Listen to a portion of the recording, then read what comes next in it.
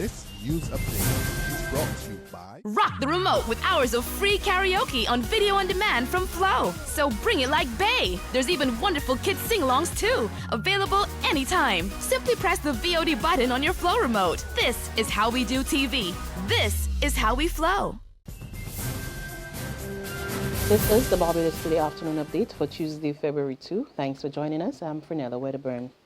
17 students from the Darrell Jordan Secondary School were involved in an accident involving a rogue taxi which overturned in Bentham's St. Lucie around 9:15 this morning. Police Superintendent Margaret Stevens told reporters that 9 of the 17 passengers were treated on the scene, including 2 who were later taken to the Queen Elizabeth Hospital. Another 10 are being observed at the scene. Police Superintendent Stevens said the accident occurred after the ZR hit an embankment after swerving to avoid a head-on collision with an oncoming vehicle. Police, soldiers, personnel from the fire and ambulance services, as well as teachers from the Darrell Jordan Secondary School are on the scene at the moment. In other news, Education Minister Ronald Jones believes the recent controversy surrounding a 14-year-old student from the Springer Memorial School has been blown completely out of proportion. It was last term that the student refused to pick up a wrapper after she was told to do so by both a teacher and her principal. This resulted in the student's suspension from school, but her mother complained that even after her return, she was barred from returning to the classroom. An emotional Jones says he is very saddened by the entire episode. I'm sad that today in Barbados, that this now, when there's so many more difficult but important things to deal with, that for a 14-year-old and a parent and school and by extension the Ministry of Education, I think we have done what we consider to be reasonable to dampen down the whole process. We said, as far as I know, here we will give your child a transfer. The Ministry of Education has offered to transfer the 14-year-old from Springer Memorial to Ellerslie Secondary, and Jones is urging her mother to accept the transfer. So I hope it disappears. I hope the parent accepts the transfer. You don't have to request. At the end of the day, the minister has the responsibility to ensure that our children, at least after age 16, are educated. That is facilitated through the technical and professional staff of the ministry. And I have accepted their advice in this instance, that is the place. It was unfortunate, again, reading what is attributed to the comments of the lady, where the Darrell Jordan Secondary School is concerned. It's because they don't know the system, they don't understand the system. Minister of Labour, Dr. Esther Bayasuku, is expecting more dialogue to take place regarding the row between the National Union of Public Workers and the management of the Grantley Adams International Airport.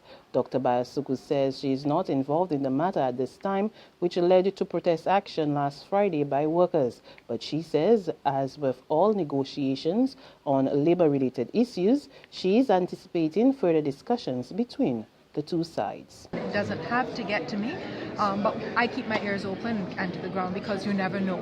Because sometimes things that reach me on the slightest point. You know, they seem to have gotten most things worked out, and then the slightest point they disagree on, and it goes through the Chief Labour Officer and all the way up to me. So those, I never expect them to get to me, but I'm always prepared in the event that they do.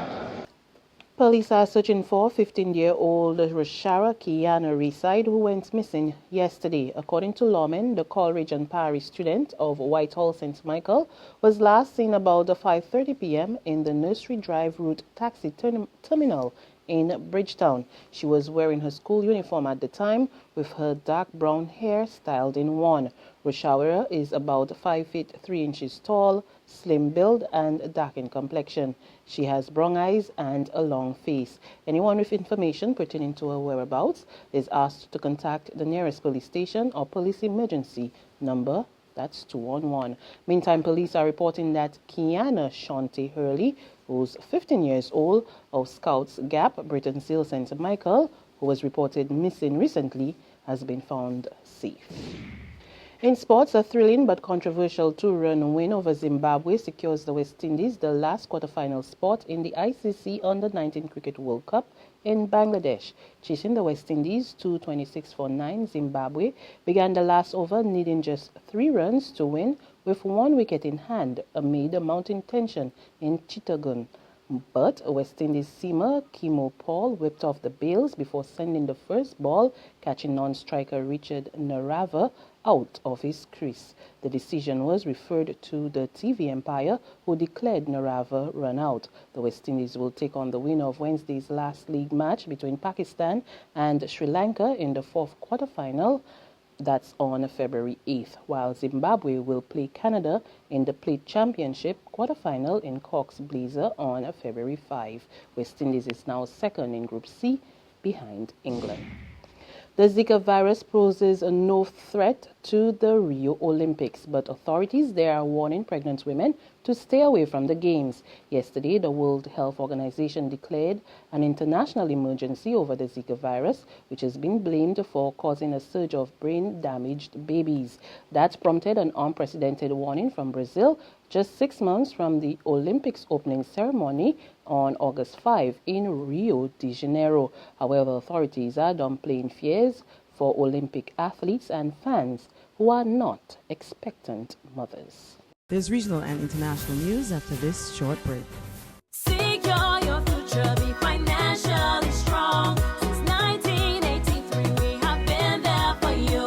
A smart range of products, great tax benefits, with a solution to your hopes and your dreams. The Barbados Workers Union Cooperative Credit Union. The Barbados Workers Union Cooperative Credit Union. Humble beginnings to smart loans, smart savings.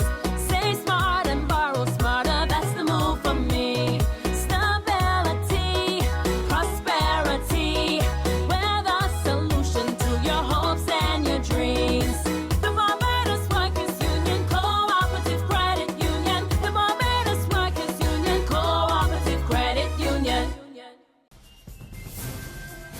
We pick up with news from the region where Mark Bussant of TV6 News is reporting that prison officials at the Port of Spain State Penitentiary have uncovered plans for a jailbreak by gang leaders serving time there. Over the last month, TV6 News gathered credible information about an intricate jailbreak plot in which a prisoner within these walls ratted out 3 gang leaders who were planning to escape.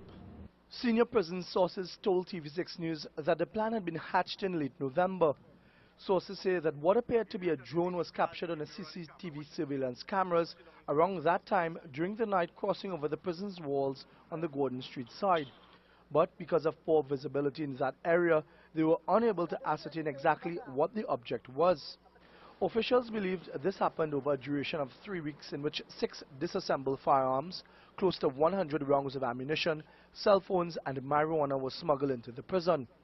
TV6 News saw excerpts of the prisoner's statement, whose cell is located in the North Yard, who ratted out the gang leaders alleged from Beetham and Laventille.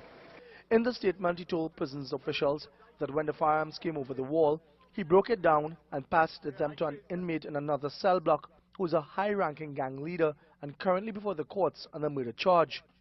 The firearms were to be then used by 3 gang leaders as they plotted their escape to take place over Carnival weekend. Essentially, what he told prisons officials, who later met with him earlier this month, was that they also hid hand grenades in the walls, and this would have been used to blow open the back walls of the prison on the Pembroke Street side, where the hole had been discovered by prisons officials more than 2 weeks ago.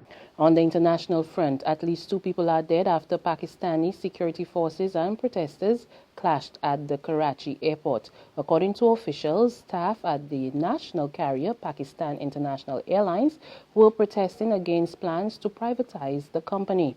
Officers responded with tear gas, water cannon and batons. At least 3 other people were injured, but police denied having opened fire on protesters who broke through the cargo gate. Hospital officials say 2 who died are from the company. The violence comes as hundreds of airline employees held the latest in a series of protests against the proposals to complete a partial sale of the airliner by July. And that's news and sports. But for the very latest, visit our website at www.barbadostoday.bb. Also, subscribe to our e-paper, our email updates, and like us on Facebook. We're also on Izumi Media in bus terminals or screenplay at supermarkets and gas stations near you, as well as Channel 101 on Flow TV and Mix 96.9 FM. I'm Frenella Wedderburn. Good afternoon.